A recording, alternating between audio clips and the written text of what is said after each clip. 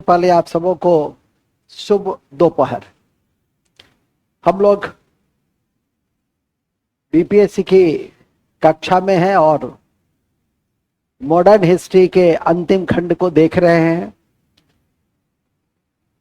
इस कड़ी में मॉडर्न हिस्ट्री का भी सबसे महत्वपूर्ण खंड स्वतंत्रता संग्राम, जो कुछ कक्षा में समाप्त हो जाएंगे, क्योंकि 4 से 5 घंटे की कक्षा होगी, तो आप खुद समझ सकते हैं कि जो 3 चरणों में आपका स्वतंत्रता संग्राम है और साथ में उस कड़ी में कुछ पेरिफेरियल चैप्टर भी है, जैसे क्रांतिकारी आंदोलन, जैसे किसान आंदोलन, तो उस पेरिफेरियल चैप्टर को भी हम लोग उसमें देखने का प्रयास करेंगे।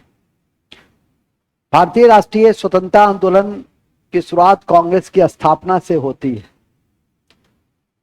पूरे विश्व में भारतीय राष्ट्रीय आंदोलन अन्य देशों का राष्ट्रीय आंदोलन की तुलना में कुछ अलग तरीके का स्वरूप ग्रहण किए हुए था। कारण यह थे कि हम लोग के स्वतंत्रता संग्राम में उदारवादी तत्व की भी भूमिका रही और काफी प्रभावी भूमिका रही। हमारा जो राष्ट्रीय आंदोलन है वो क्रांतिकारी और उग्रवादी तत्वों के प्रभाव में नहीं था। हम लोग का जो राष्ट्रीय आंदोलन है वो उदारवादी तत्वों के प्रभाव में था और उसके सर्वोत्तम प्रतिनिधि महात्मा गांधी थे। और महात्मा गांधी जी ने जो राजनीति में नए तत्व को जोड़ा, उस कारण से पूरे विश्व के राष्ट्रीय आंदोलन से यदि तुलना की जाए, जैसे अमेरिका स्वतंत्रता संग्राम सबसे महत्वपूर्ण स्वतंत्रता संग्राम माना जाता है। वाशिंगटन के नेतृत्व में यह लड़ाई लड़ी गई थी। अन्य देशों से यदि तुलना की जाए तो हम लोग के देश में जो नए तत्व थे वो था भूख हड़ताल, धरना, बहिष्कार। ये सब ऐसे तत्व थे जो विश्व के किसी भी स्वतंत्रता संग्राम में नहीं थे। हम लोग के स्वतंत्रता संग्राम में अहिंसा पे बहुत बल था। हम लोग के स्वतंत्रता संग्राम में नैतिक मूल्यों पे बहुत बल था, नैतिक तत्व पे बहुत बल दिया गया। हम लोगों ने मूल्यों की राजनीति की, हम लोगों ने मूल्यों की राजनीति की और मूल्यों की राजनीति के कड़ी में वंचित वर्गों पर, जो विकास की दौर में पीछे छूट गए, हमने उस पर बल दिया। इस कारण से हमारी राष्ट्रीय स्वतंत्रता संग्राम विश्व के अन्य स्वतंत्रता संग्राम से जस्ट डिफरेंट थी। यह सही है कि हम लोग के स्वतंत्रता संग्राम में भी उग्रवादी तत्व थे, क्रांतिकारी जो भावनाएं थी वो भी थी, क्रांतिकारी घटनाएं भी हुए, लेकिन बावजूद इसके कि उदारवाद के नियंत्रण में संपूर्ण स्वतंत्रता संग्राम रहा और जिसकी अगुवाई निर्णायक चरण में महात्मा गांधी जी ने किया। तो हम लोग के स्वतंत्रता संग्राम को इसी रूप में व्याख्या करनी चाहिए। और इस कड़ी में स्वतंत्रता संग्राम के 3 स्टेज, उदारवादी स्टेज है जो पहला भाग है 1885 से 1905, जिसमें कांग्रेस की स्थापना है और उससे जुड़े हुए महत्वपूर्ण तथ्य हैं जिसको सबसे पहले पूरा किया जाएगा। दूसरा भाग है उग्रवादी 1905 से 1917 और तीसरा भाग है 1917 से 1947, जो गांधी का युग कहा जाता है। गांधी का भारतीय राजनीति में प्रवेश बिहार की मातृभूमि पे ही, बिहार की मिट्टी पे ही होती है, चंपारण। वहां गांधी का प्रवेश होता है जब वो मोहनदास करमचंद गांधी बनकर किसानों की समस्या तिनकठिया प्रथा के विरुद्ध वो उनका प्रवेश हुआ, लेकिन महात्मा बनकर वापस गए। और यह महात्मा की उपाधि रविन्द्रनाथ टैगोर की उनको इसी आंदोलन के क्रम में दी गई थी। तो कहा भी जाता है कि चंपारण में मोहन बनकर आए थे और महात्मा बनकर वापस गए। चंपारण सत्याग्रह सफल आंदोलन में से था, क्योंकि गांधी के प्रवेश के बाद आंदोलन सरकार के नजर में भी आया और सरकार ने इस पर फिर कार्रवाई की और गेटे जांच समिति बनाई और इसी क्रम में 1917 में तिनकठिया प्रथा को समाप्त कर दिया गया और फिर यह ऐसा माना गया कि आंदोलन सफल रहा। लेकिन वहां सिर्फ किसानों की समस्या के संदर्भ में ही गांधी जी ने प्रयोग नहीं किया, वहां गांधी जी ने गांधी प्रयोग किया, स्वच्छता पर ध्यान दिया, ग्रामीण विकास पर ध्यान दिया, ग्रामीण विकास का पहला शर्त स्कूल खुलवाया, शिक्षा। भितिरवा में उन्होंने स्कूल खुलवाया। हालांकि चंपारण पहुंचाने का श्रेय राजकुमार शुक्ल को जाता है, लेकिन राजकुमार शुक्ल के बाद गांधी जी ने उनसे जो कमिटमेंट किया था लखनऊ कांग्रेस के अधिवेशन में कि आप चिंता ना करें, मैं चंपारण पहुंचूंगा और आपकी समस्या पर पूरा विचार, पूरा देश का ध्यान आकृष्ट करूंगा, उन्होंने ऐसा ही किया भी। और वही मैंने कहा कि सिर्फ उन्होंने वहां किसानों की समस्याओं को ही नहीं देखा, बल्कि शिक्षा, स्वच्छता इत्यादि विभिन्न बिंदुओं पे उन्होंने ध्यान आकृष्ट भी किया। तो इस तरह से हम लोग इस स्वतंत्रता संग्राम की आगाज करने की मैं घोषणा करता हूं। और लेकिन वहां पे जाने से पहले, कांग्रेस की स्थापना से पहले छोटा सा एक अध्याय है, वह है कांग्रेस के पूर्व की संस्था। ऐसे पहले राजनीतिक सुधारक के रूप में राजा राम मोहन राय को ही माना जाता है, जब उन्होंने बंग भंग सभा की स्थापना की थी और इसी कड़ी में फिर जमींदारों ने अपनी एक सभा बनाई थी, लैंडलॉर्ड सोसाइटी। और फिर आगे चलकर दादा भाई नौरोजी और गोविंद रानाडे एवं बदरुद्दीन तैयब जी, फिरोज शाह मेहता जी इत्यादि ने बॉम्बे प्रेसिडेंसी इत्यादि की गठन किया। और इस तरह से कांग्रेस के पहले की जो संस्था थी, हालांकि कांग्रेस के पहले की संस्था में इंडियन एसोसिएशन भी बहुत महत्वपूर्ण था, जिसने सिविल सेवा आंदोलन चलाया। तो इस तरह के जो संगठन थे उसने भारतीय कांग्रेस की पृष्ठभूमि तैयार की।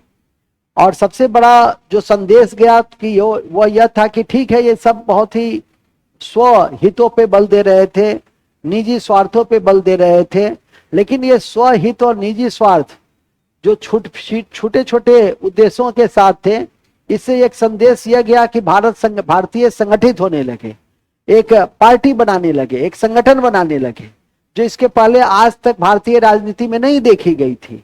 आपने कभी नहीं देखा होगा कि 17वीं शताब्दी में या 18वीं शताब्दी में या उसके पहले मुगलों के काल में कोई एक राजनीतिक सुधारक आंदोलन चला हो या कोई ऐसा संगठन बना हो। लेकिन ये पहला 19वीं सदी का तीसरा दशक था जब लोग आपस में एकत्रित हुए, भले ही वो जमींदारों के उद्देश्य को पूरा करने के लिए लैंड होल्डर सोसाइटी थी, लेकिन इकट्ठा हुए। और इसका एक सबसे बड़ा लाभ यह मिला कि कुछ वर्षों के बाद ही, जब लैंड होल्डर सोसाइटी के गठन के 50 वर्ष के बाद ही एक अखिल भारतीय स्तर पे भारतीय राष्ट्रीय कांग्रेस बनी। ठीक है कि नहीं? तो ये भारतीय राष्ट्रीय कांग्रेस, हालांकि भारतीय राष्ट्रीय कांग्रेस में शुरुआती दौर में 72 प्रतिनिधियों ने हिस्सा लिया, लेकिन बहुत जल्द इसका अखिल भारतीय स्वरूप हो गया। और आज भी सबसे बड़ी पार्टी यदि गांव के स्तर पे देखिए, सीटों की संख्या के दृष्टि से नहीं, ग्रामीण पेनेट्रेशन के आधार पे देखिए, तो भारतीय राष्ट्रीय कांग्रेस ही है कि हर गांव में कांग्रेस का 2, 4, 5 कार्यकर्ता अवश्य मिल जाएगा। और इतना बड़ा पेनेट्रेशन किसी भी अन्य पार्टी का नहीं है। ठीक है, तो हम लोग आज इसी का अध्ययन करेंगे और स्टार्ट करते हैं। सबसे पहले लिखिएगा 1885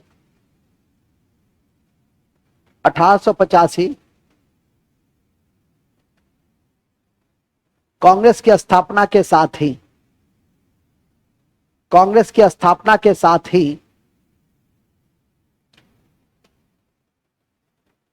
कांग्रेस की स्थापना के साथ ही राष्ट्रीय आंदोलन का आरंभ होता है।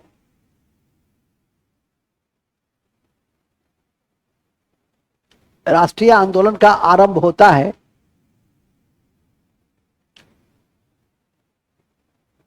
जिसके पीछे कई कारक थे।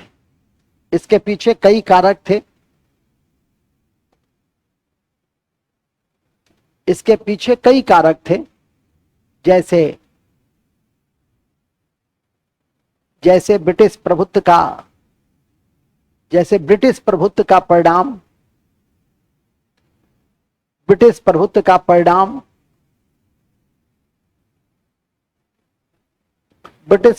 परिणाम।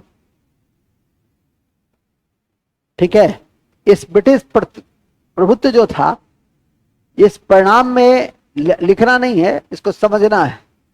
आप देखेंगे कि किसान से लेकर और शिल्पी तक सभी वर्ग त्रस्त थे। क्यों त्रस्त थे? जो ब्रिटिश आर्थिक नीति थी उसके कारण, क्योंकि उस आर्थिक नीति में जो इंटरेस्ट था वो ब्रिटिशों की अधिक फुलफिल हो रही थी, लेकिन वहीं दूसरी तरफ जो शिक्षा का विकास हुआ, अंग्रेजी शिक्षा का विकास हुआ, उससे एक आधुनिक मध्यम वर्ग का भी उदय हुआ। और इस आधुनिक मध्यम वर्ग ने ही सबसे पहले समझा कि ब्रिटिशों के द्वारा शोषण के स्वरूप कैसे हैं, किस रूप में है, और कैसे इसका प्रतिकार करना चाहिए। तो ये बहुत महत्वपूर्ण लाइन है कि ब्रिटिश प्रभुत्व का परिणाम। तो ब्रिटिश प्रभुत्व के परिणाम के कॉन्सेप्ट में जाएंगे तो यही चीज है। इसका लिखिए कॉमा, कॉमा में देश का प्रशासनिक और आर्थिक एकीकरण,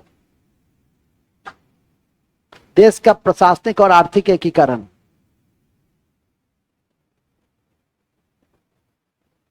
प्रशासनिक और आर्थिक एकीकरण। अब इसको सुनिए, ये प्रशासनिक अधिक और ये आर्थिक एकीकरण का मतलब यह है कि प्रशासन के जो आधुनिक प्रणाली थी, ठीक है,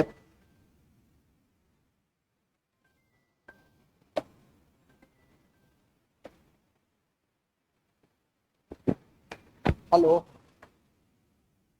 हाँ जी, गुड इवनिंग। 21 तारीख से, हाँ जी, हाँ जी।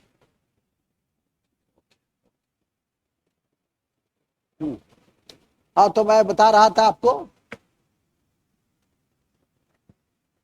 तो मैं आपको जानकारी दे रहा था कि प्रशासनिक और आर्थिक एकीकरण, तो जो प्रशासनिक व्यवस्था अपनाई गई उसमें एकरूपता रखी गई, साथ ही आर्थिक एकीकरण में रेलवे, डाक तार, ये जितनी भी नई व्यवस्था थी, तार व्यवस्था, इन सब के द्वारा प्रशासनिक एकीकरण किया गया। आर्थिक एकीकरण में भी जो आर्थिक नीतियां थी उत्तर से लेकर दक्षिण भारत, इन सब के लिए एकीकृत व्यवस्था अपनाई गई। और इसका परिणाम यह हुआ कि लोगों के अंदर धीरे धीरे राजनीतिक एकीकरण की भावना बलवती हुई। पहले तो भारत एक राष्ट्र ही नहीं था, अंग्रेजों की सबसे बड़ी देन कहिए तो अंग्रेजों की सबसे बड़ी देन यही है कि भारत को एक राष्ट्र के रूप में कन्वर्ट कर दिया।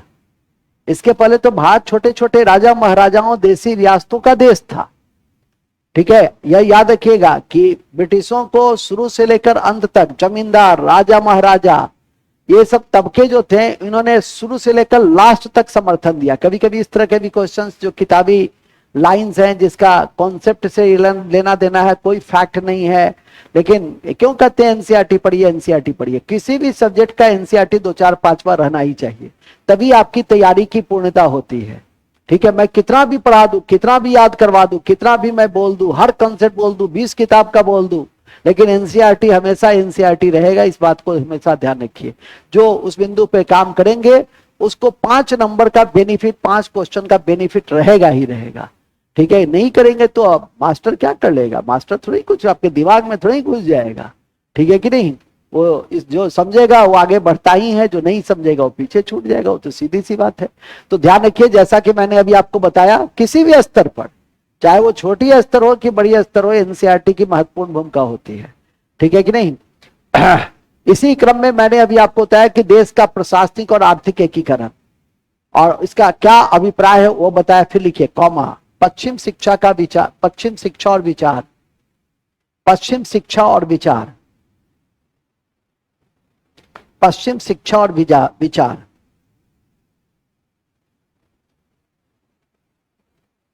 पश्चिम शिक्षा और विचार, ये क्या होता है?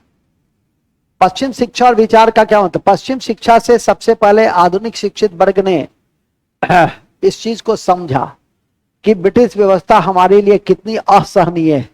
सबसे पहले यदि किसी वर्ग ने समझा कि विदेशी शासन हमको चुभता है, कांटे के समान चुभता है, तो शिक्षित वर्ग ही था। और शिक्षित वर्ग तैयार कैसे हुआ? तो पश्चिमी शिक्षा के माध्यम से ही हुआ।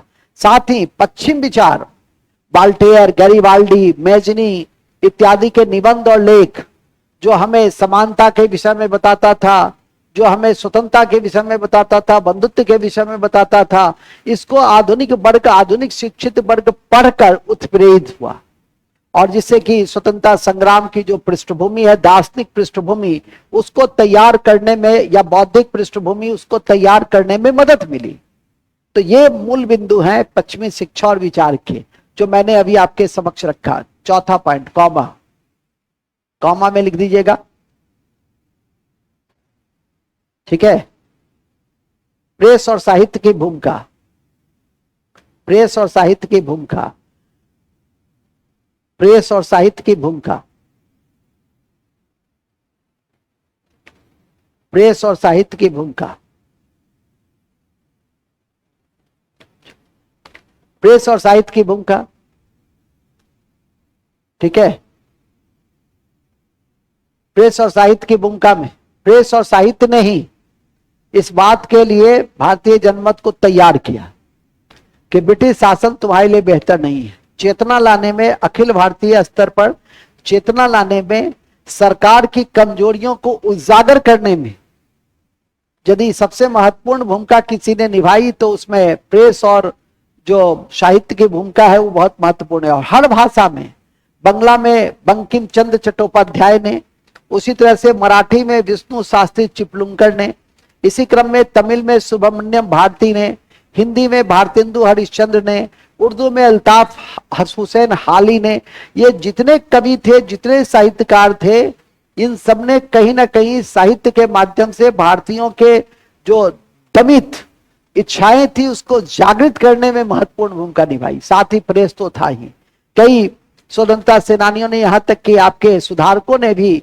समाचार पत्र के माध्यम से और पत्रिका के माध्यम से भारतीयों को जगाने का प्रयास किया, जिसमें राजा राम मोहन राय प्रथम हस्ताक्षर थे। संवाद कौमुदी आप लोगों ने देखा कि संवाद कौमुदी के माध्यम से उन्होंने भारतीयों में चेतना लाने का प्रयास किया। यह और सही है कि सामाजिक स्तर पे उनका योगदान कहीं अधिक है, लेकिन पहले सामाजिक चेतना आती है तभी राजनीतिक चेतना भी आती है।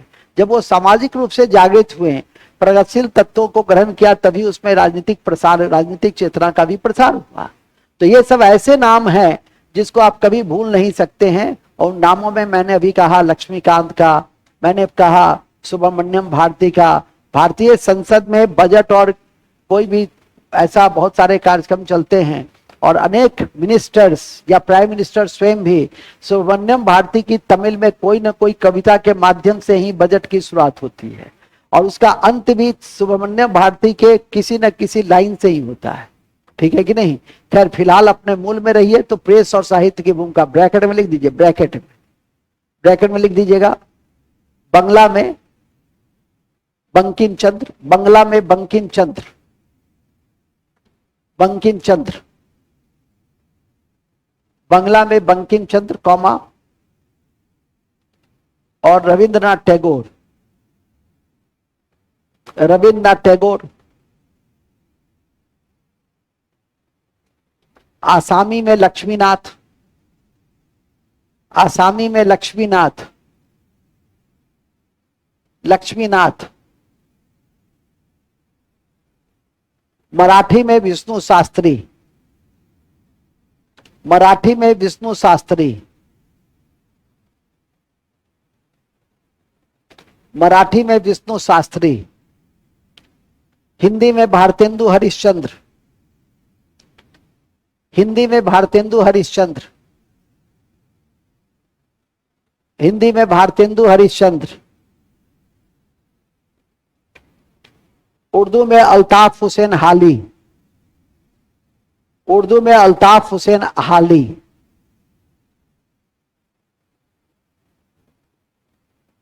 उर्दू में अल्ताफ हुसैन हाली। बस यह भी आपसे दे सकता है। भारतीय राष्ट्रीय चेतना जगाने में प्रेस और साहित्य की महत्वपूर्ण भूमिका थी, उसके संदर्भ में असुमेलित चुने, ठीक है कि नहीं। तो उस असुमेलित चुनने में आपसे दे देगा लक्ष्मीनाथ आपका गुजराती, ठीक है, भारतेंदु हरिश्चंद्र हिंदी, रविंद्रनाथ टैगोर बंगाली, नहीं अल्ताफ हुसैन हाली उर्दू। तो इसमें असुमेलित क्या है? लक्ष्मीनाथ। तो लक्ष्मीनाथ का संबंध किससे है? आसामी से है। ऐसे भी बरुआ टाइटल जो है, लक्ष्मीनाथ बरुआ उनका पूरा नाम था, तो बरुआ टाइटल जो है वो आसाम का ही टाइटल है। सुब्रमण्यम टाइप का जो नाम होगा वो तमिलनाडु का ही होगा। चट्टोपाध्याय, बंदोपाध्याय, टैगोर ये सब बंगाल का ही होगा। हाली, हुसैन ये सब इस्लाम धर्म का जो अनुयायी हैं उसी में होगा। स्वाभाविक है कि उससे भी आप पकड़ सकते हैं। ऐसा नहीं है कि अल्ताफ हुसैन हाली तमिल। अल्ताफ हुसैन हाली जब भी लिखेंगे तो किस में लिखेंगे? उर्दू में लिखेंगे। अलीगढ़ आंदोलन में भी उनकी महत्वपूर्ण भूमिका रही। इसके बाद इन कारकों के अलावा एक आध कारक और है, लिखेंगे। शासकों का दशकीय दम, शासकों का जातीय दम, शासकों का जातीय दम।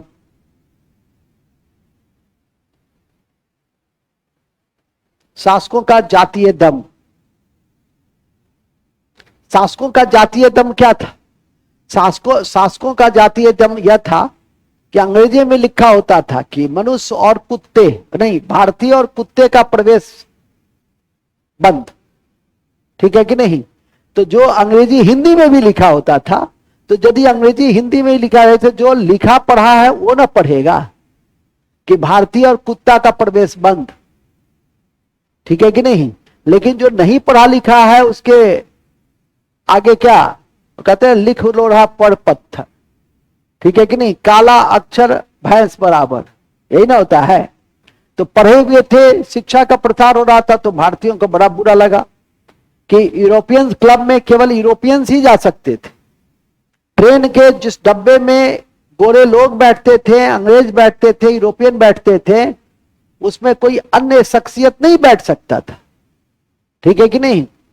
क्योंकि स्पष्ट था, वहां पे लिख दिए जाते थे prohibited for Indians and dogs. ये नहीं कि prohibited for Indians and Indian dogs. ठीक है कि नहीं? मतलब डॉग्स में आपका कुत्ता और भारतीय जो थे उनको दोनों को समान समझा अंग्रेजों ने। कोई भी पढ़ा लिखा आदमी आज भी जब इस लाइन को मैं बोलता हूं तो अंदर से खून खौलने लगता है। और उस समय तो आप समझ सकते हैं कि लोगों के अंदर किस तरह की, जो पढ़े लिखे लोग थे उसके अंदर किस तरह की चेतना का विकास हुआ होगा। ठीक है कि नहीं? इसी कड़ी में मैंने आपसे कहा कि शासकीय जातीय दम को आप देखेंगे तो रिपन के समय में, लॉर्ड रिपन को स्थानीय सुशासन का जनक कहा जाता है, और रिपन के समय में न्यायिक समानता लाने के लिए एक बिल आया था, जिस बिल का नाम था इलिबर्ट बिल। और इलिबर्ट बिल में यह बातें थी कि भारतीय भी अब यूरोपियन के मुकदमे की सुनवाई कर सकता है। भारतीय न्यायाधीश भी यूरोपियन के मुकदमे की सुनवाई कर सकता है, जो यूरोपियंस को बड़ा नागवार लगा और व्हाइट मिट्यू नहीं किया, श्वेत विद्रोह। और जब तक कि इस बिल को बदला नहीं दिया गया, उसका आंदोलन, उसका विरोध, उसका विद्रोह चलता रहा। और इससे हालांकि भारतीयों को सबक भी मिली कि देखो, अपनी बातों को एकत्रित होकर कहोगे, इकट्ठे होकर कहोगे तो तुम्हारी भी बात अंग्रेज सरकार सुनेगी। तो ये कांग्रेस की स्थापना का एक तरह से तात्कालिक कारणों में इसको देख सकते हो कि तात्कालिक कारण क्या है, तो इलिबर्ट बिल। तो ये इलिबर्ट बिल और उसका वापस, इलिबर्ट बिल तो बहुत अच्छा था, न्यायिक समानता लाने के लिए रिपन ने, स्थानीय स्वशासन के पिता रिपन ने इसको लाया था। लेकिन उसको वापस लिया जाना ये शासकों का जातीय दम्भ था कि मैं गोरा लोग, मेरे मुकदमे की सुनवाई एक भारतीय, काला भारतीय करेगा। Oh my God! ठीक है कि नहीं? रुडयार्ड किपलिंग ने एक किताब लिखी थी जिसका नाम था श्वेत जातियों पर बोझ। और स्पष्ट था उस किताब में कि वो अंग्रेज जब भारत में आया तो अपने शासन को सैद्धांतिक आधार प्रदान करने के लिए कहता था कि तुम काले भारतीय लोगों का विकास के लिए मैं यहां आया हूं, कि तुम काले लोग हमारे जैसे जो श्वेत जाति के लोगों पे बोझ हो, बोझ। ठीक है, भार हो। इसको हंसी आ रही है, कितनी शर्म की बात है। तुमको तो शर्म आनी चाहिए। ये जब मैं बातें कहूं तो तुम्हारा मूड ऑफ हो जाना चाहिए कि हाउ डेयर कि तुमने ऐसी बातें कही। ठीक है कि नहीं? लेकिन कहता था कि तुम काले लोग हमारे जैसे गोरे लोगों पर क्या है, बोझ। ये रुडयार्ड किपलिंग की अवधारणा थी व्हाइट वार्डन कॉन्सेप्ट। ठीक है कि नहीं? और इस तरह से हम लोगों ने प्रतिकार धीरे धीरे किया और उसकी फौजों से टकराई। वो भी फौज से कोई हिंसा के बल पे मैं नहीं टकराया, मैंने सामना किया अहिंसा के आधार पे, आंदोलन किया, भूख हड़ताल किया, धरना किया, प्रदर्शन किया। ठीक है कि नहीं? बहिष्कार किया। और फिर हम लोगों ने आजादी प्राप्त की। लिखिएगा, इसी चीज को नोट में लिख दीजिए, नोट में। शासकों के जातीय दम में लिख दीजिए, नोट में। इल्बर्ट बिल रिपन के समय में, इल्बर्ट बिल रिपन के समय में, रिपन के समय में, रिपन के समय में, इल्बर्ट बिल रिपन के समय में न्यायिक समानता लाने के लिए, न्यायिक समानता लाने के लिए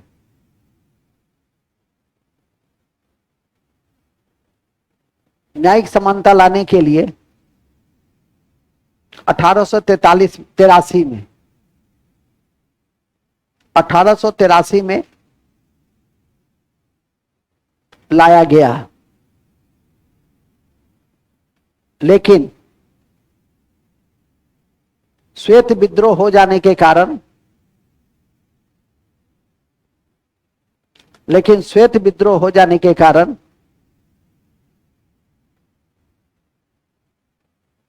श्वेत विद्रोह हो जाने के कारण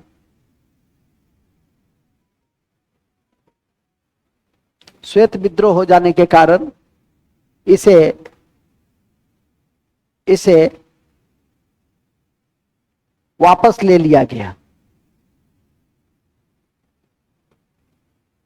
जिसका विरोध भारतीयों ने किया, जिसका विरोध भारतीयों ने किया।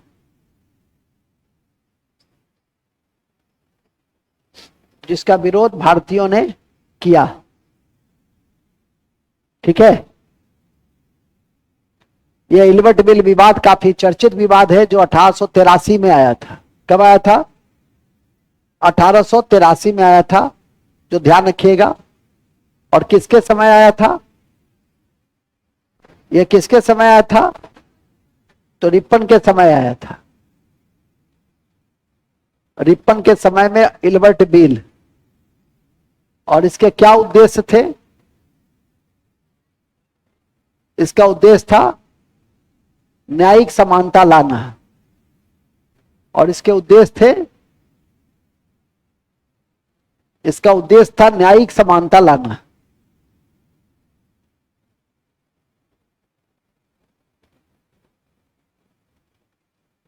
लेकिन यह बिल को वापस ले लिया गया। यही मूल बिंदु था जिसकी जानकारी। कौन से बिल को? इल्बर्ट बिल को। अब भारतीय राष्ट्रीय चेतना के विकास में, राष्ट्रीय आंदोलन के विकास में जो कांग्रेस की पूर्ववर्ती संस्थाएं थीं, उसकी भी महत्वपूर्ण भूमिका थी। साथ ही कुछ तात्कालिक कारण ने भी महत्वपूर्ण भूमिका निभाई, जैसे लिप्टन के द्वारा की गई कार्रवाई, लिप्टन के द्वारा उठाए गए स्टेप्स। इन सब के माध्यम से भी भारतीय राष्ट्रीय आंदोलन के विकास में महत्वपूर्ण तत्व के रूप में हम लोग देख सकते हैं। लेकिन अब सीधे हम लोग चलते हैं, लिखेंगे नेक्स्ट पॉइंट में, कांग्रेस के पहले कारक लिखना है ना, उसमें एक कारक यह भी लिख दो, कांग्रेस के पहले की पूर्ववर्ती संस्थाएं। पूर्ववर्ती संस्थाएं, कांग्रेस के पहले की पूर्ववर्ती संस्थाएं। चल, उसमें सबसे पहले लिखिए पूर्ववर्ती संस्थाएं, कॉमा लिखेंगे। इस क्रम में सबसे पहले राजनीतिक सुधारक के रूप में भी, सबसे पहले राजनीतिक सुधारक के रूप में भी, राजनीतिक सुधारक के रूप में भी, राजनीतिक सुधारक के रूप में भी, राजनीतिक सुधारक के रूप में भी राजा राम मोहन राय को, बंद कर दो ना जी, पंखा बंद कर दो, क्या दिक्कत है। राजनीतिक सुधारक के रूप में भी राजा राम मोहन राय को जाना जाता है। राजा राम मोहन राय को जाना जाता है।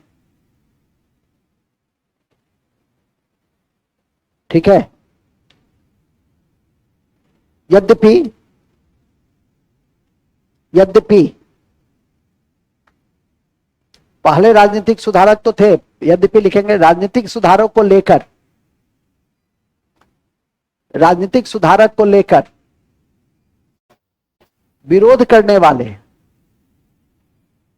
राजनीतिक सुधारक को लेकर विरोध करने वाले, राजनीतिक सुधारक के रूप में विरोध करने वाले पहले भारतीय, पहले भारतीय, पहले भारतीय सुरेंद्र नाथ बनर्जी थे, पहले भारतीय सुरेंद्र नाथ बनर्जी थे। सुरेंद्र नाथ बनर्जी थे जिन्होंने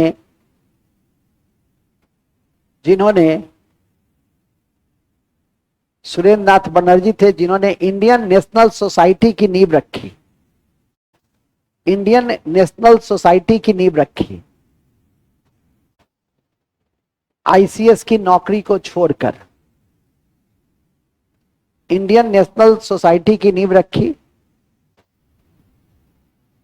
आईसीएस की नौकरी को छोड़कर, ब्रैकेट में लिख दोगे 1876, मतलब इंडियन नेशनल सोसाइटी कब बना, इंडियन सोसाइटी कब बना, 1876 में, 1876 में।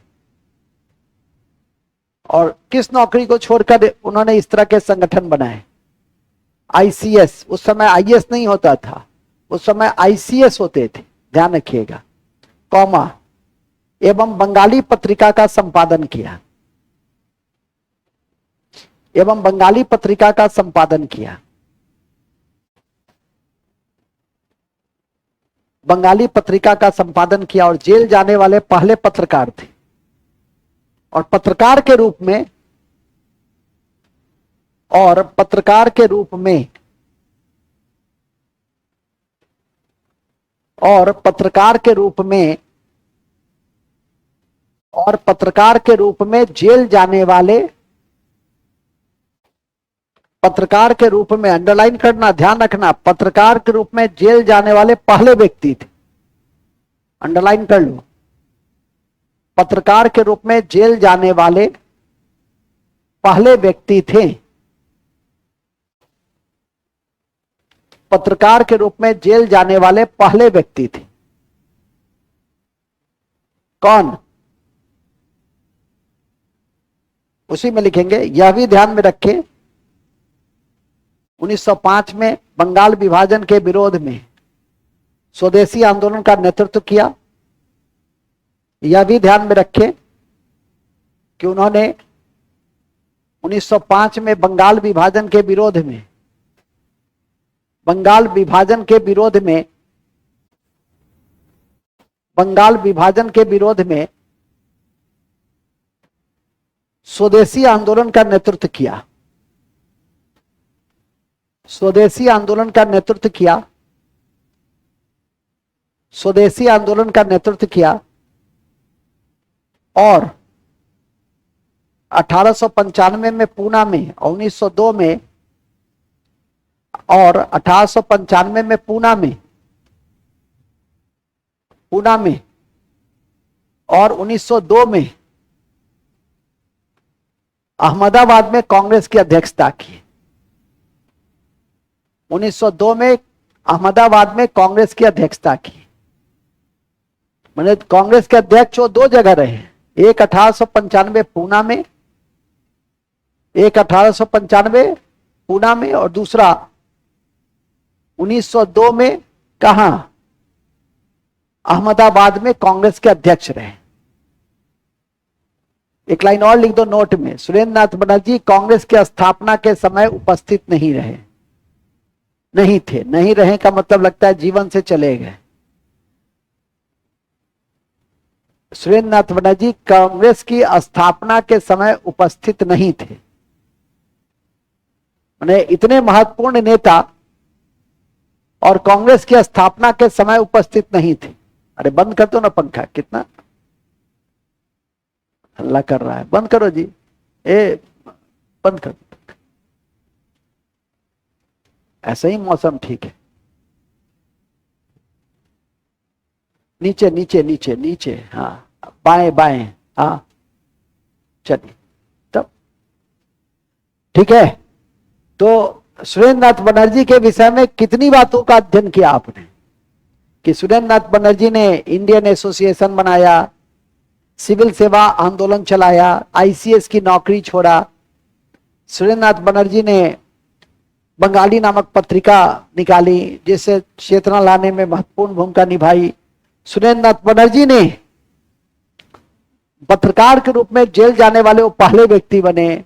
सुरेंद्र नाथ बनर्जी कांग्रेस की 2 बार अध्यक्षता किया, एक बार 1895 में पूना में जो भारत की सांस्कृतिक राजधानी है, और एक बार अहमदाबाद में 1902 में। इसके अलावा सुरेंद्र नाथ बनर्जी के विषय में ये भी समझे कि सुरेंद्र नाथ बनर्जी पत्रकार के रूप में पहले भारतीय थे जो जेल गए।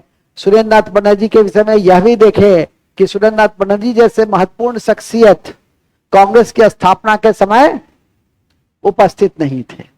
तो सुरेंद्र नाथ बनर्जी को हम लोग इस रूप में साथ ही 1905 में जो बंगाल का विभाजन हुआ कर्जन के द्वारा, उसके विरोध में जो स्वदेशी आंदोलन चले, उसका भी नेतृत्व किसने किया? सुरेंद्र नाथ बनर्जी ने ही किया। तो ऐसे थे हमारे सुरेंद्र नाथ बनर्जी।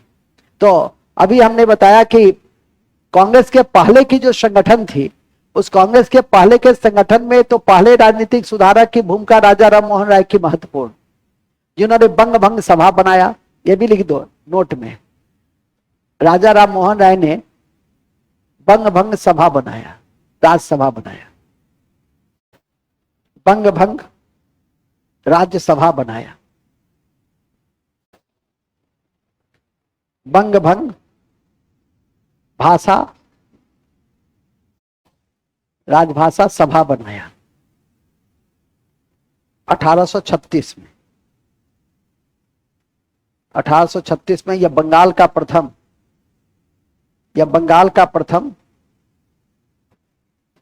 राजनीतिक संगठन था। यह बंगाल का प्रथम राजनीतिक संगठन था।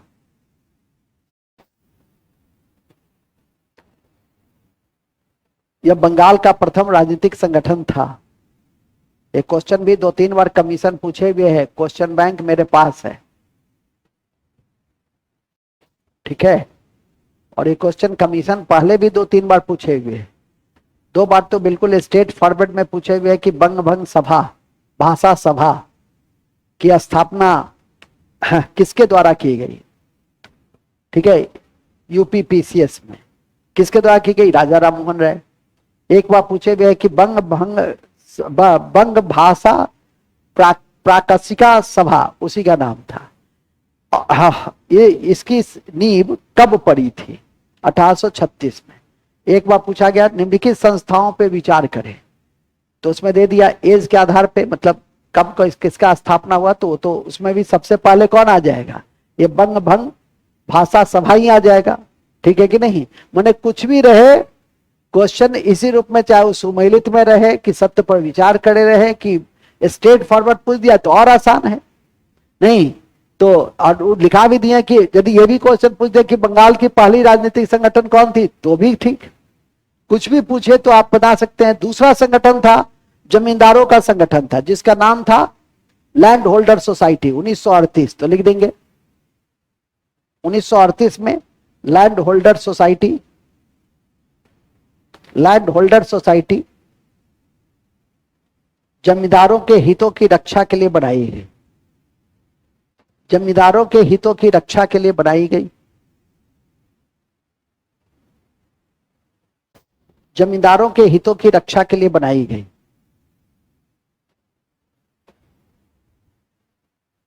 जमींदारों के हितों की रक्षा के लिए बनाई गई।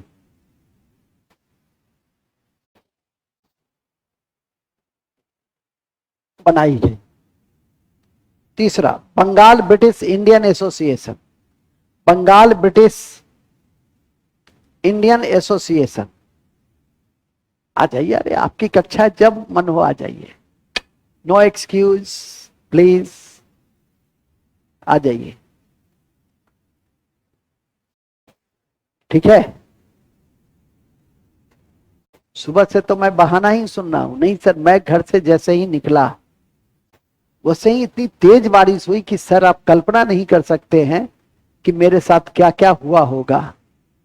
सर केवल किताब नहीं भींगा, नहीं तो मैं पूरी तरह से भींग चुकी थी सर। ठीक है कि नहीं। एक कहेगा कि सर इतनी तेज बारिश हुई कि उस बारिश के चपेट में मैं आते आते बच गई, फिर भी मेरा किताब भीग गया। मतलब बहानों का, ठीक है, क्या क्या बहाना हो सकता है वो मैं बता। सर इतनी बारिश हुई है कि पूरे शहर में जल जमाव की स्थिति है और मेरा साइकिल एक गड्ढे में ऐसा फंसा सर कि 5 आदमी मिलकर उसको निकाले। सर तो ऐसे बहाने तो मैं सुबह से ही सुन रहा हूं। उसमें एक बहाना और आप ला दीजिएगा कि सर जैसे ही मैं घर से निकली कौवा ने रास्ता काट दिया। ठीक है आगे चलो, कहानी था खत्म हो गया। कहां थे हम लोग? हाँ फिर लिखो 1843 में वो लिख लिए ब्रिटिश इंडियन सोसाइटी 1843। 1843 में बंगाल ब्रिटिश इंडिया सोसाइटी की नींव पड़ी। बंगाल ब्रिटिश इंडिया सोसाइटी की नींव पड़ी। बंगाल ब्रिटिश इंडिया सोसाइटी की नींव पड़ी। बंगाल ब्रिटिश इंडिया सोसाइटी की नींव पड़ी। ठीक है, फिर लिखिए नेक्स्ट पॉइंट। 1866 में लंदन में 1866 में लंदन में भारतीय राष्ट्रीय आंदोलन के भीष्म पितामह, भारतीय राष्ट्रीय आंदोलन के भीष्म पितामह, भारतीय राष्ट्रीय आंदोलन के भीष्म पितामह, भारतीय राष्ट्रीय आंदोलन के भीष्म पितामह, भीष्म पितामह, भीष्म पितामह दादा भाई नौरोजी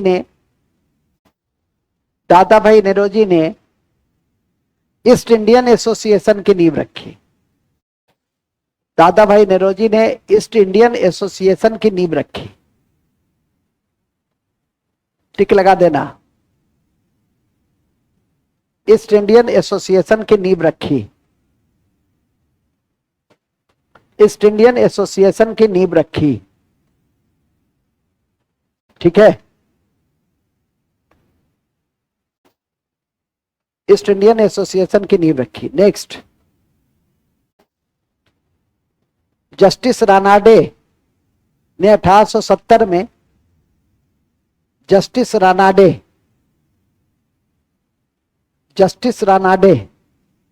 ने 1870 में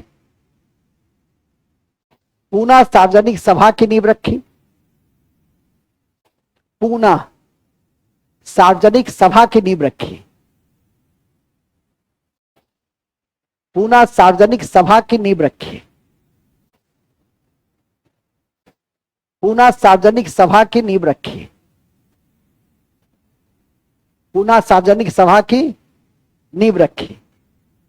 1875 में शिशिर कुमार घोष के द्वारा, शिशिर कुमार घोष के द्वारा इंडिया लीग, शिशिर कुमार घोष के द्वारा इंडिया लीग, इंडिया लीग, धन्यवाद, खुश रहो, बहुत बड़ा आदमी बन, इंडिया लीग, और हो गया इंडिया लीग की स्थापना हुई। इसी वर्ष लिख देंगे, इसी वर्ष सुरेंद्र नाथ बनर्जी ने,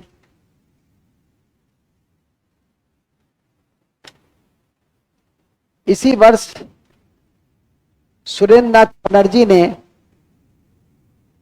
इसी वर्ष सुरेंद्र नाथ बनर्जी ने इंडियन एसोसिएशन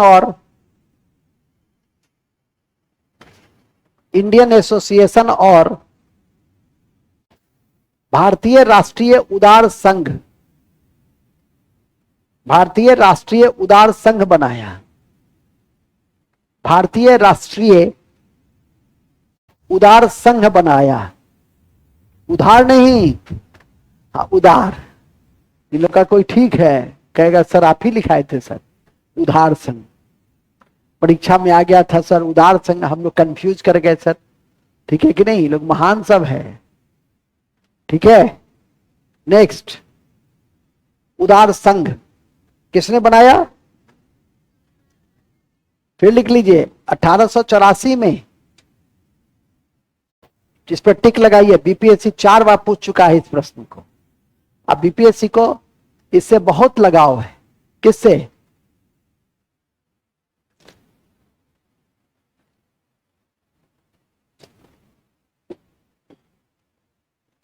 ठीक है, बीपीएससी को इस मद्रास महाजन सभा, अब बॉम्बे प्रेसिडेंसी, इंडियन एसोसिएशन, अब पूना सार्वजनिक सभा, ये 4 क्वेश्चन हमेशा देखोगे कि सुमेलित करने और सुमेलित करने या जगह जगह देता है। तो इसीलिए उन बिंदुओं को ध्यान में रखना। बीपीएससी अपनी परीक्षा 1992 से शुरू किया और सिविल सेवा से होते हुए विभिन्न स्तरों पर परीक्षा लेता है। सिविल सेवा का तो लेते, अब तो शिक्षक है, अनुभाग अधिकारी, सहायक प्रशाखा पदाधिकारी है और बहुत सारी परीक्षा लेता है। यहाँ तक कि इंजीनियरिंग सेवा की परीक्षा लेता है, उसमें भी जीके देता है, जुडिशियल सर्विस में जीके देता है। तो उन सबका समान ही स्तर रहता है। ठीक है कि नहीं, कोई जुडिशियल सर्विस के लोग आते भी हैं तो पढ़ते भी हैं। कई लड़के इस बैच से जज बन चुके हैं, मजिस्ट्रेट में है कई लोग। ठीक है कि नहीं, क्योंकि जब यही चीज पढ़ना है तो इसके लिए अलग एक बैच क्यों, और एक ही व्यक्ति को पढ़ाना है। ठीक है कि नहीं, तो स्वाभाविक है कि कोई ज्ञान अलग अलग रूपों में जाएगा नहीं, एक ही रूपों में जाएगा। उसको ग्रहण कर लेना है, उसको याद कर लेना है। सिस्टमेटाइज ऑलरेडी है, केवल याद कर लेना है, इतना ही अपने आप में बहुत है। मूल में आ जाइए तो 1800 क्या है 84 में मद्रास महाजन सभा, इसके संस्थापक कौन थे यह याद रखिए। लिखिए इसके संस्थापक राघवचारी, सुब्रमण्यम अय्यर, राघवचारी, सुब्रमण्यम अय्यर, राघवचारी, सुब्रमण्यम अय्यर, हाँ जी, सुब्रमण्यम अय्यर और सुब्रमण्यम अय्यर और आनंद चार्लू था।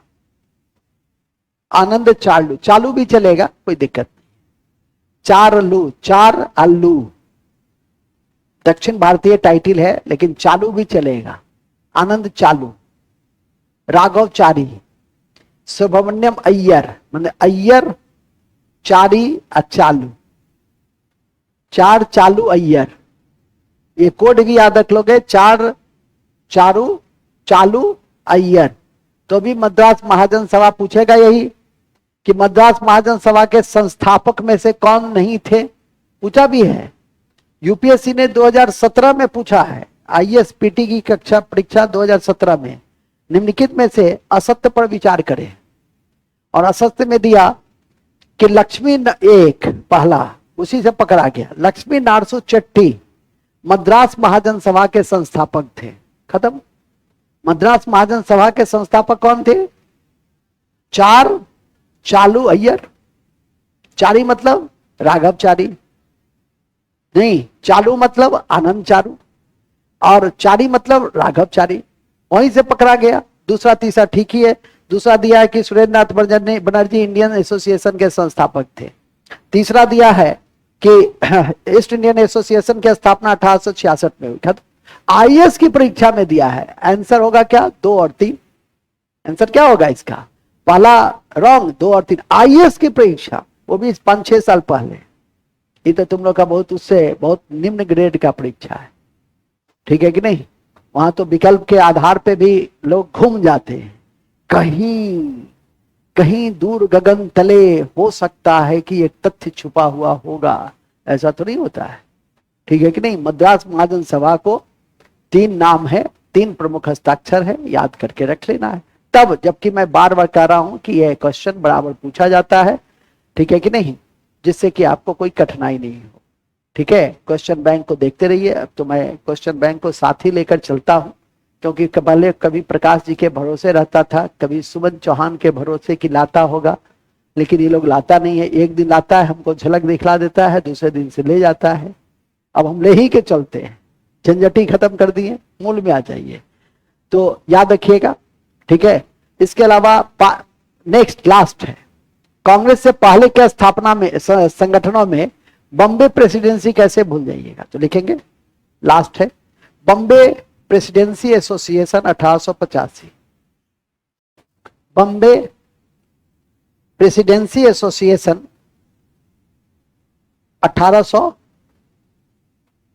1885, जिसके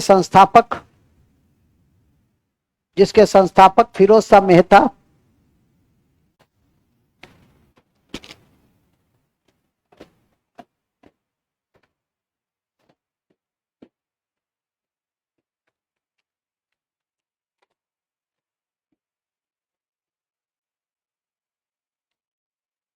फिरोज शाह मेहता,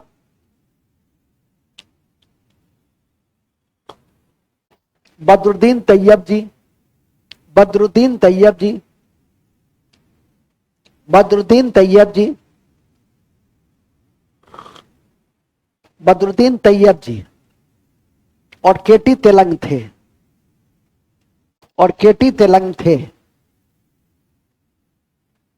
और केटी तेलंग थे, केटी केटी तेलंग थे। कौन कौन थे? पहला, दूसरा, तीसरा, चौथा,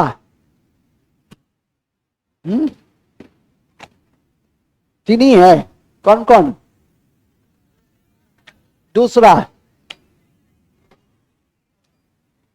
और तीसरा केटी तेलंग। पहला, दूसरा, तीसरा, पहला, दूसरा, तीसरा। अब मद्रास महाजन सभा के कौन थे? मद्रास महाजन सभा के कौन थे? बस। तो कांग्रेस के स्थापना 1885 से पूर्व इतने सारे पॉलिटिकल ऑर्गेनाइजेशन थे, इंस्टीट्यूशन थे, जिसको याद करके रखना है। तो अभी हम कांग्रेस के स्थापना में प्रवेश नहीं किए हैं, मैंने राष्ट्रीय आंदोलन में प्रवेश, लेकिन उसकी पूर्व पीठिका को मैंने तैयार कर दिया। अब लिख देंगे दो चार नोट्स लिखेंगे, नोट्स, दो चार नोट। पहला लिख दीजिए, राधाकांत देव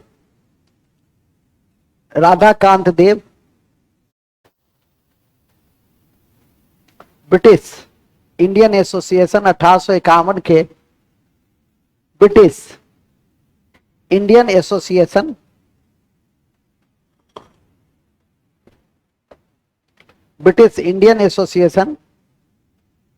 के पहले अध्यक्ष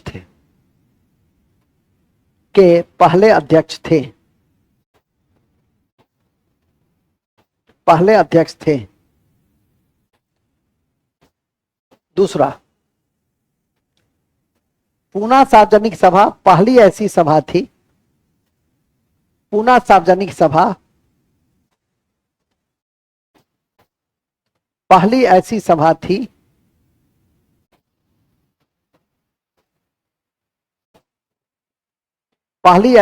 थी जिसने 1875 में ब्रिटिश संसद में भारत के प्रत्यक्ष प्रतिनिधित्व की मांग की। ब्रिटिश संसद में भारत में प्रत्यक्ष प्रतिनिधित्व की मांग की।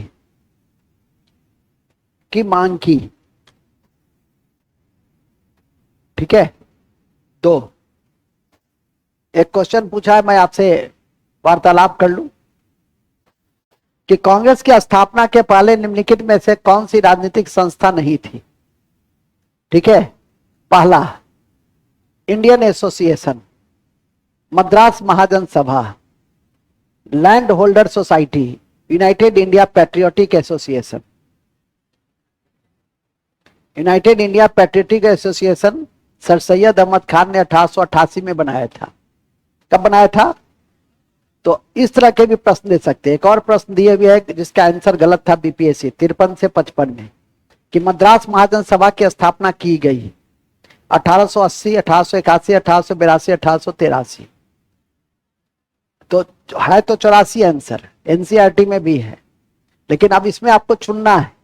तो गलत क्यों छोड़ दोगे या काट क्यों दोगे कि श्रीमान आपके विकल्प गलत है? मैं हमेशा कहता हूं कि जब भी ऐसे क्वेश्चंस हो, nearest choice will be correct. जो सबसे नजदीकी चॉइस क्या है? 1883, 1800। ऐसा नहीं कि रट लेना मद्रास महाजन सभा 1883, मद्रास महाजन सभा 1888। वो तो तब है कि पूछा गया और मैं आपसे वार्तालाप कर रहा हूं। वो आंसर तो होगा 1884। कई बार बीपीएससी 2-3 क्वेश्चन का आंसर गलत देता है, लेकिन हम आपको गलत थोड़ी कहेंगे, याद कर लो। कुछ भी होगा तो जो सही है सो सही है। नहीं, अब चंपारण सत्याग्रह को 1918 मान ले, 1919 मान ले, बीपीएससी आंसर निकाल दे तो हम क्या करेंगे? हम आपको अगले बार से 1918 1919 पढ़ाने लगेंगे क्या? कि जो है वही ना पढ़ाएंगे जी, सीधी सी बात है। वो माने तो उसकी समस्या है। मूल बिंदु पे आ जाइए। तो मद्रास महाजन सभा का इस क्वेश्चन का आंसर आज भी यदि रिपीट कर दे, कभी कभी होता है कि सेम विकल्प भी दे दिया, तो अंत में क्या कीजिएगा? 1883। बीपीएससी के ऊपर है कि इसको रद्द करे कि इसको जो करे। वो तो कॉन्स्टिट्यूशनल बॉडी है, तो स्वाभाविक है कि हाईकोर्ट भी बहुत ज्यादा इंटरवेंशन नहीं करना चाहता है। मूल में आइए। इसे एक संवैधानिक संस्था दूसरे संवैधानिक संस्था में इंटरवेंशन करती है तो फिर संवैधानिक टकराव भी उत्पन्न होता है, जो लोकतंत्र के लिए शुभ नहीं है। ठीक है, इसलिए अक्सर परहेज करता है कि कम से कम हम इंटरफेरेंस करें। हाँ, बहुत बड़े स्तर पे छात्रों की भावनाओं को आघात पहुंच रहा है। जैसे अभी नीट के मामले में सुप्रीम कोर्ट इंटरवेंशन कर रहा है, तो बहुत बड़े स्तर पे जब इस तरह की भावनाएं आघात पहुंचती है तब ऐसे तो हर बार कहोगे कि रद्द कीजिए परीक्षा। क्यों? तो परीक्षा का प्रश्न आउट ऑफ सिलेबस था। नहीं, वो तो कुछ न कुछ के लिए तो हमेशा उससे आएगा कि परीक्षा हमेशा कैंसिल ही होता रहे। कुछ खास वर्ग ऐसे होते हैं जिसको पढ़ाई से बहुत ज्यादा लेना देना नहीं होता है, वो इस तरह के हल्ला गुल्ला करते रहते हैं। ठीक है कि नहीं? बजाबता आप हम ही से फिर उसका सैंक्शन अथॉरिटी भी मांगते हैं कि सर क्या ऐसा हो सकता है? तो ऐसे प्रश्नों का आपके एसएमएस का कोई भी जवाब देना मैं उचित नहीं समझता। इस प्रश्न का भी जवाब देना उचित नहीं समझता हूं कि मद्रास महाजन सभा सर 1883 में स्थापित हुआ कि 84 में। क्लास में सब चीज की मैं चर्चा करता ही हूं, इसलिए ऐसे बिंदु, हाँ उस बिंदु की जरूर चर्चा करता हूं जो कलेक्टिव होता है, जिसमें कोई क्वेश्चन है और आपको उसमें कंफ्यूजन है या नहीं आती है तो वो हमको जरूर दे दीजिए, जिससे कि हम जब भी बताएंगे तो सामूहिक बताएंगे। ये नहीं कि एक आदमी के लिए बताएंगे। ठीक है, जब मैं उसका सामुदायिक महत्व समझ जाऊंगा। ठीक है, जैसे भूगोल की कुछ भौगोलिक विचारधाराएं हैं जो कभी कभार किसी परीक्षा में पूछता है। एक दिन इन्होंने मुझे प्रश्न दिया, मैं कहा रुक जाओ, किसी दिन दृष्टांत बनेगा जहां पर वहां पे मैं उसको अब कांग्रेस की स्थापना के समय हम भौगोलिक विचारधारा तो नहीं बता देंगे। ठीक है, जैसे ही कहीं दृष्टांत बनेगा तो मैं आपको बता दूंगा। फिलहाल अपने मूल में आ जाओ। इंडियन नहीं, यूनाइटेड इंडियन पैट्रियोटिक एसोसिएशन लिख देंगे। United India patriotic association, United India patriotic association की स्थापना 1888 में सर सैयद अहमद खान, 1888 में सर सैयद अहमद खान, अरे लिखो ना, कोई दिक्कत नहीं, सर सैयद लिखो कि सैयद लिखो, और राजा बनारस के राजा शिव प्रसाद ने, और बनारस के राजा शिव प्रसाद ने, बनारस के राजा शिव प्रसाद ने बनाया था। बनारस के राजा शिव प्रसाद ने बनाया था और कांग्रेस का विरोध किया था। और कांग्रेस का विरोध किया था, और कांग्रेस का विरोध किया था। तो ये भी क्वेश्चन हो गए थे यार, नहीं कि निम्नलिखित में से कौन सी संगठन ने कांग्रेस का विरोध किया? ऐसा नहीं कि मद्रास महाजन सभा, अरे मद्रास महाजन सभा की नींव पड़ेगी तब ना, वो तो पहले ही पड़ गई थी। यूनाइटेड इंडियन एसोसिएशन और किसने, दोनों ने मिलकर, कभी कभी संगठन नहीं देता, अधिकांश टाइम संगठन नहीं देता है, अधिकांश टाइम देगा व्यक्ति का नाम, sir Syed Ahmed Khan A, B Surendra Nath Banerjee, C Rajasvi Prasad, D A और सी। तो ए और सी, ऐसा नहीं कि हड़बड़ा के देखे, कई बार कभी कभी क्या होता है कि पहला देखे ठीक है मार दिए, नहीं देखे मिल गया आंसर, मिल गया आंसर, मिल गया खुश हो गए, डी में देखे कुछ और आंसर था, उसके बाद अफसोस होता है क्योंकि आप उसको फिर मिटा नहीं सकते हैं। तो इस तरह की समस्याएं भी होती है, इसलिए संभल के पहले चारों विकल्प पढ़ लीजिए, उसके बाद बनाने का प्रयास कीजिए। सुरेंद्र नाथ बनर्जी को आईसीएस से 1874 में हटा दिया गया था, तथ्य है, लिख लीजिए। सुरेंद्र नाथ बनर्जी को 1874 में आईसीएस से हटा दिया गया। सुरेंद्र नाथ बनर्जी को 1874 में आईसीएस से हटा दिया गया, आईसीएस से हटा दिया गया, आईसीएस से हटा दिया गया। और उन्होंने अपनी पार्टी का विलय कांग्रेस में, और उन्होंने अपने पार्टी का विलय कांग्रेस में 1886 में किया, 1886 में किया।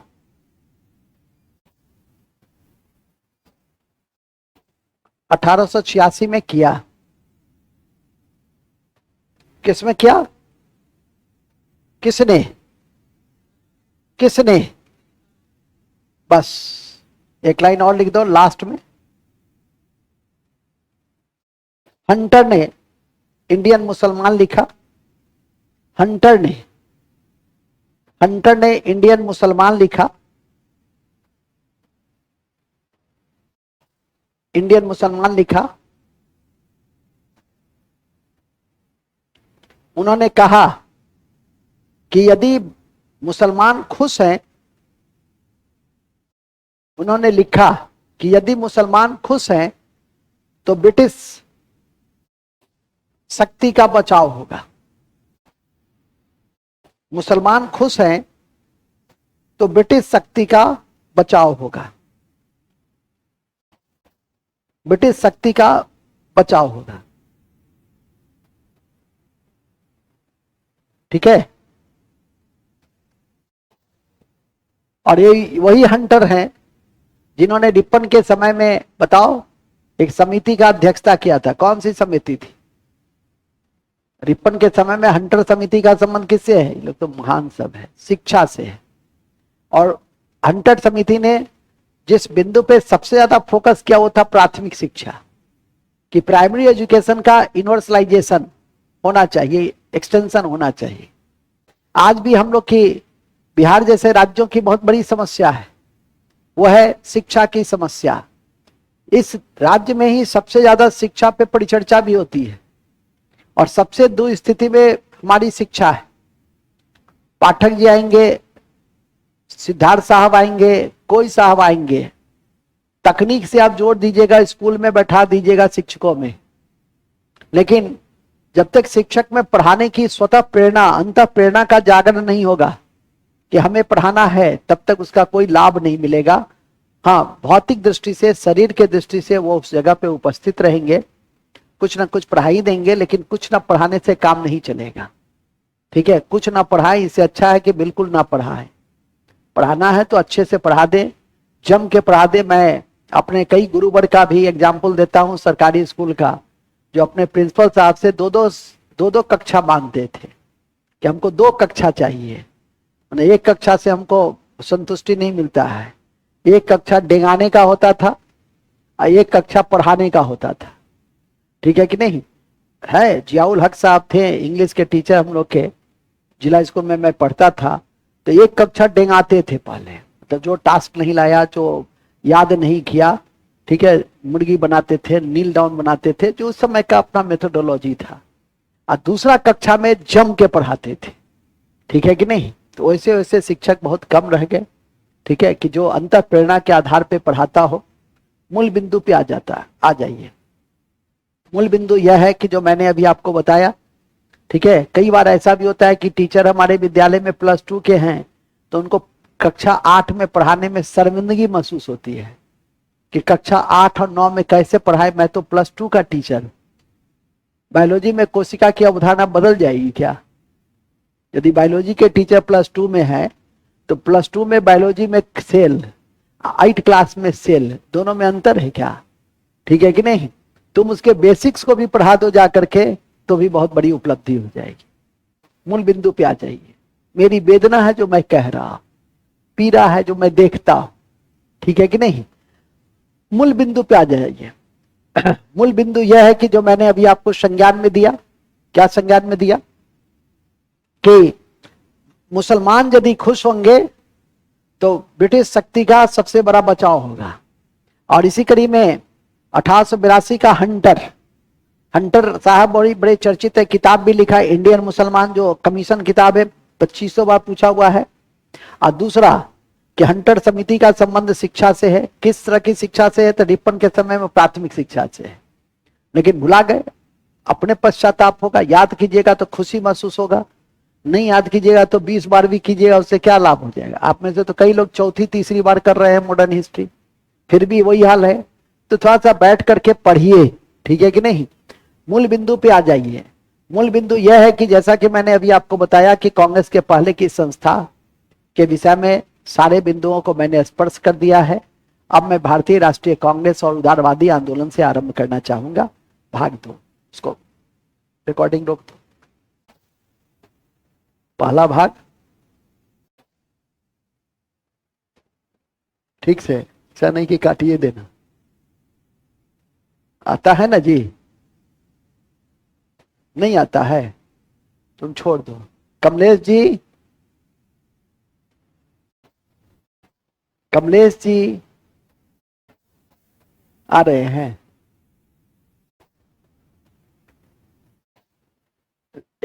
भाग 1 कंप्लीट हो गया, कांग्रेस के पहले की संस्था। अब कांग्रेस की स्थापना और उदारवादी चरण। चलिए, ठीक है। तो पंखाओं का